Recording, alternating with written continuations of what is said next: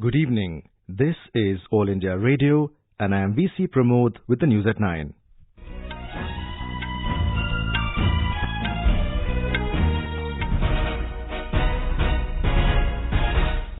The headlines. Finance Minister Nirmala Sitharaman assures government is working on economic issues and will continue to address problems of industries.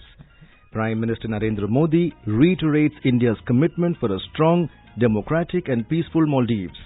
3 MOUs signed between the two countries during 6th Joint Commission meeting. Winter session of Parliament concludes. Parliamentary Affairs Minister Pralhad Joshi describes it as one of the best productive sessions. Campaigning intensifies for the 4th and 5th phase of Jharkhand Assembly elections. And in sports, International Hockey Federation unveils new match-based world ranking system. Union Finance Minister Nirmala Sitharaman has said that government is working on economic issues and will continue to address the problems of the industries. She was briefing media in New Delhi today.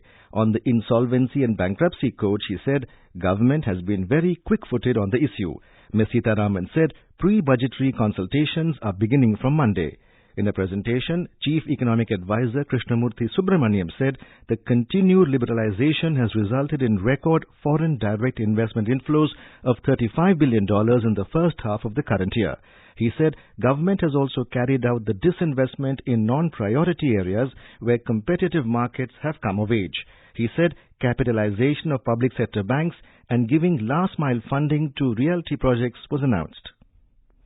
Recapitalization of the public sector banks, which was announced in the budget and has been followed up. The credit expansion by the public sector banks by emphasizing some of the aspects that were needed to be emphasized, especially enabling honest decision making. Revenue Secretary Ajay Bhushan Pandey said integrated GST refund of 38,988 crore rupees has been released so far this fiscal as compared to 56,057 crore rupees in full 2018-19 financial year. The 7th Economic Census was today launched in the National Capital Territory of Delhi.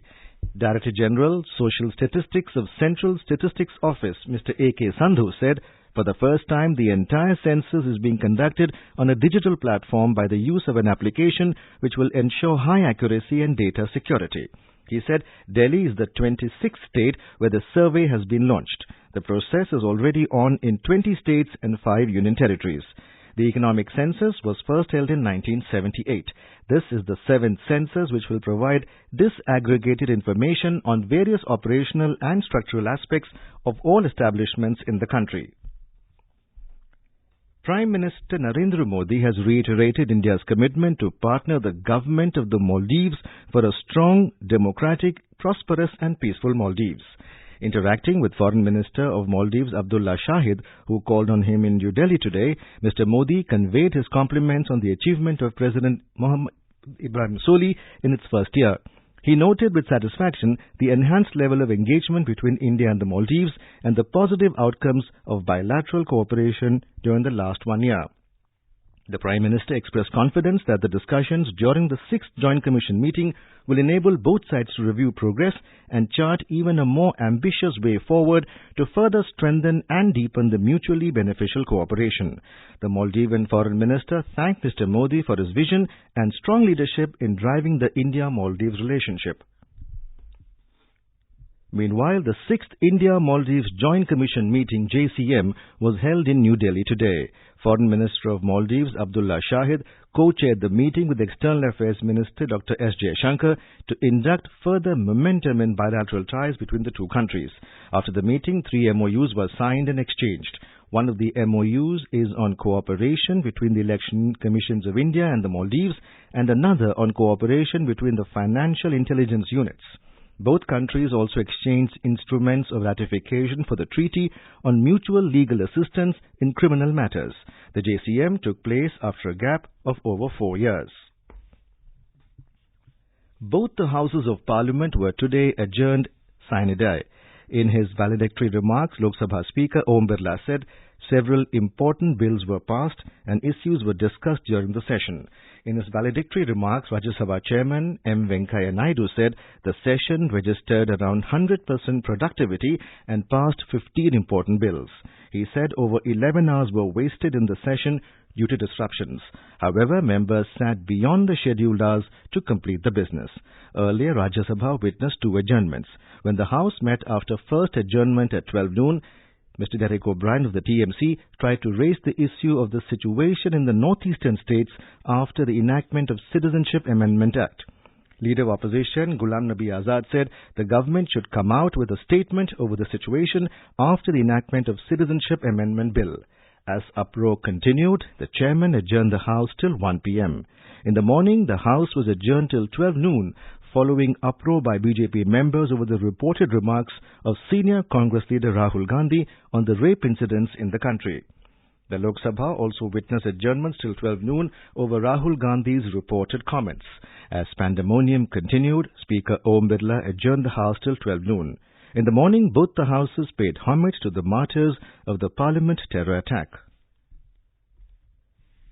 Lok Sabha Speaker Om Birla today said that during the winter session, the lower house tried to dispose of maximum legislative business.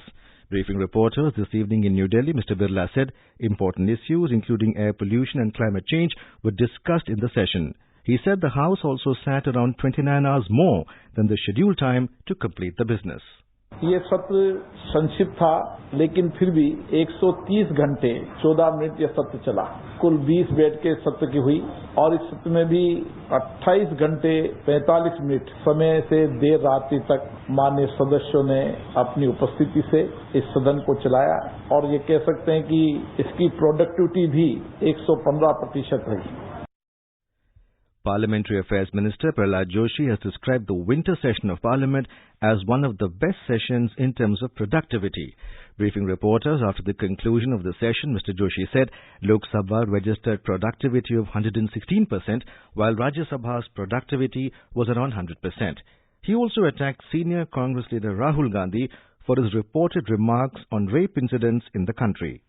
This is one of the best sessions as far as productivity is concerned. The major highlights of session is passing of Citizenship Amendment Bill, SC/ST reservation continuation, the Arms Amendment Bill, Chit Fund Amendment Bill, National Capital Territory of Delhi, recognition of property rights and of residents in Unauthorized Colony Bill 2019, the Transgender Persons Protection Rights Bill 2019. These are the important bills. A BJP delegation today approached the Election Commission over the reported remarks of senior Congress leader Rahul Gandhi on rape incidents.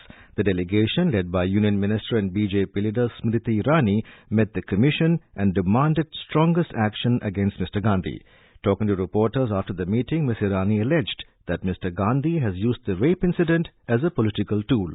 The entire nation looks upon these constitutional authorities to ensure that dignity of women is upheld, and those politicians who seek to use rape as a political weapon are reprimanded with the heaviest punishment possible. Finance Minister Nirmala Sitharaman also slammed Rahul Gandhi over his reported remarks. Addressing a press conference in New Delhi today, she termed Rahul Gandhi's statement as horrendous. Reacting to BJP's demand for apology, Congress leader Rahul Gandhi told reporters outside the parliament that he has simply made a point and will never apologize. This is All India Radio giving you the news. For quick news updates, visit our News on AIR app and follow us on Twitter at AIR News Alerts. You can also visit our website www.newsonair.com. In Jharkhand, campaigning would come to an end tomorrow for the fourth phase of state assembly elections.